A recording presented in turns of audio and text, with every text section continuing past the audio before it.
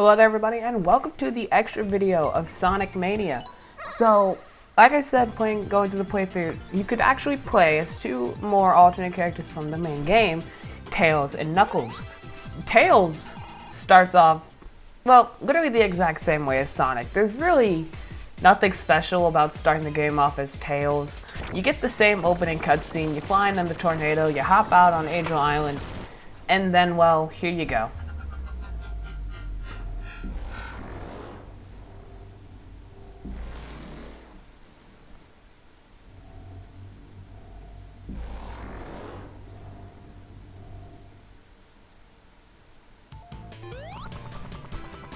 But what actually makes Tails an interesting character to play is that, like all the other old games, he could fly around. He can actually just fly around.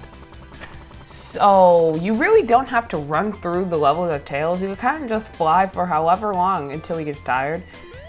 But aside from that, there's really nothing special about Tails. Like Sonic, he still goes through Green Hill Zone. He still goes through Chemical Plant Zone. And he still goes through Studiopolis, you know, Flying Battery and everything like that. But another character you could play as is the one idiot, Knuckles. And he actually gets his own special cutscene where he's just chilling on Angel Island. And he actually gets the residue of Sonic and Tails showing up. And I just want to say this right now. It's funny how Knuckles' adventure starts. Just gets bopped in the head by the Phantom Ruby and then he's thrown into the story. Knuckles is really just trying to relax and then the Phantom Ruby hit him in the head. He has nothing to do with this. Knuckles' character trait is that he can actually glide through the stages, and it's kind of like Tails that is flying, but you know, not too much of an extent, but like Tails, just Sonic goes through Chemical Plant and all of them. But Knuckles, if you remember, I said had his own version of Mirage Saloon. You may remember in the playthrough, Knuckles got knocked off the tornado, and we actually see where he goes in his playthrough.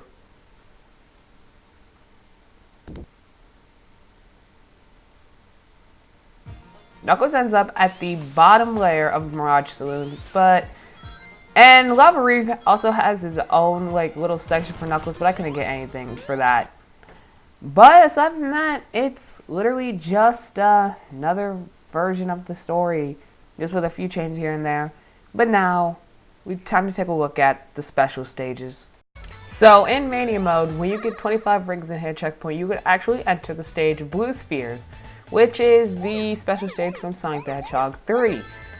In this version though, they don't get you Chaos Emeralds or Super Emeralds, but instead, you do get these medals from completing it. And what these medals do is they actually unlock features in the game, such as the debug mode, which you'll see actually a little bit later, see why it's actually a pretty useful thing to use. But for right now, I don't really have much to say over this. I'm gonna let this play. I'm gonna let a couple of these play out, and I'll let you see what it's like playing through this. Because, like I just said, I have no way of talking over this.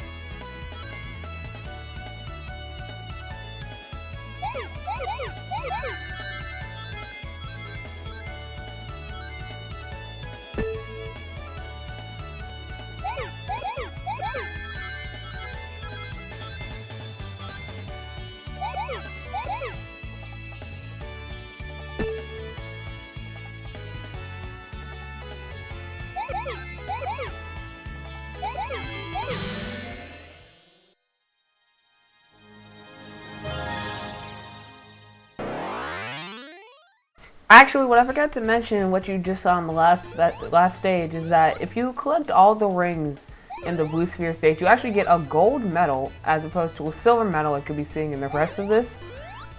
What the gold medal does, I'm not so sure.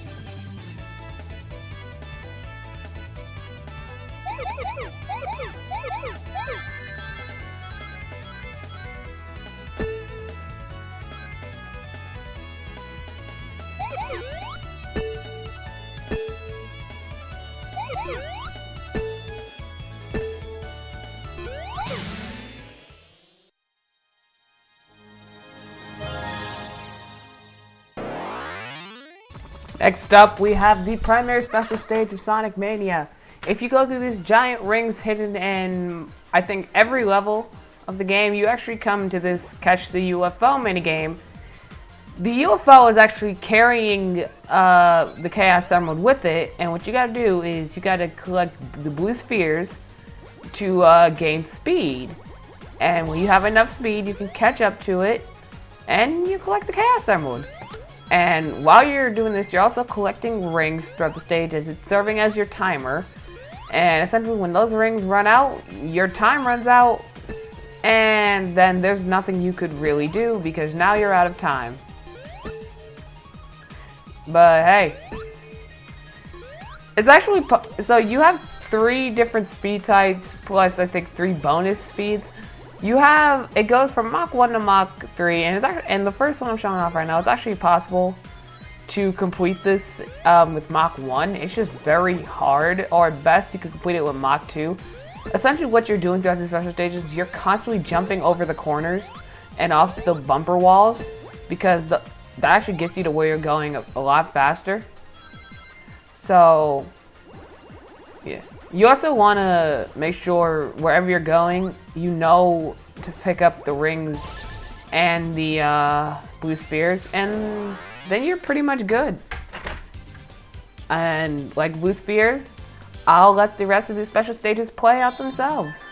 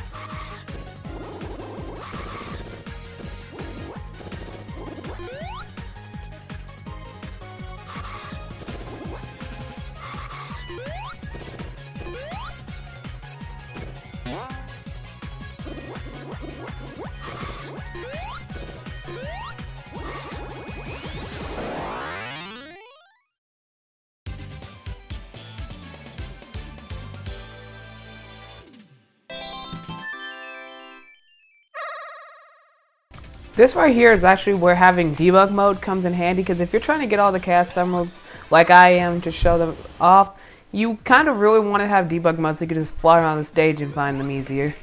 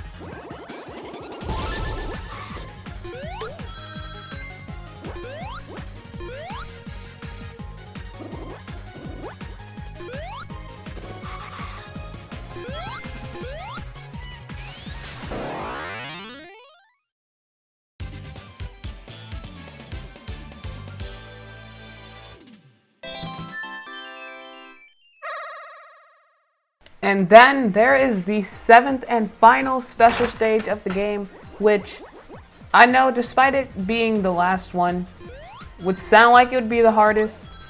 I think besides special stage 1, this is by far the easiest special stage I played to get this footage, and let me just tell you, it was actually kind of hilarious how easy this was. I went into this expecting to have to go to like 3 different stages just to get it done. I got it done the first try. It was kind of crazy because, you know, it's like, I used debug mode to get here. I can't use debug mode in here, right? I can't go into debug mode while in the special stage and just give myself an infinite amount of rings. I'm still limited to the rings that the special stage gives me. But I literally catch up to it just by jumping over the corner. With like 70 something rings. But besides the fact, but that's beside the point. Once you collect all 7 cast emeralds, you get the ability to become supersonic. If you don't know, supersonic is Sonic's Super Saiyan form. Quite literally. Sonic collects the magnificent mighty power of 50 rings, and he becomes supersonic, a faster, invincible, actually all around more powerful version of himself. And let me just tell you, this is probably the best part about playing any classic Sonic game, or because Supersonic, or like any Sonic game where Supersonic is playable, except for Sonic Forces, when Supersonic is playable, he's like just so cool. Like this part here where you're fighting Eggman, Supersonic, well, not even fighting Eggman, this part here where Eggman is blowing up Hydro City, Supersonic literally can jump over this entire section. Like, before you had to wait, Supersonic just goes.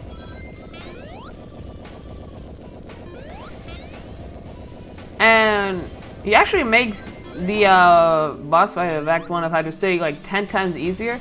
Because Supersonic is invincible, he does not have to worry about the bombs that Eggman is dropping, so they can kind of just hit and explode and will do no damage.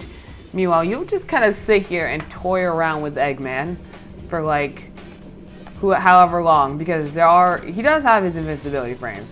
Like you can pick him right up and he'll take like no damage. So, but either way, that's Supersonic. And with that marks the end of the core playthrough of Sonic Mania. I have one more video after this where I show the true all 7 Chaos Emerald ending of Sonic Mania, and I don't know where I'm going from there. But until then, bye everybody.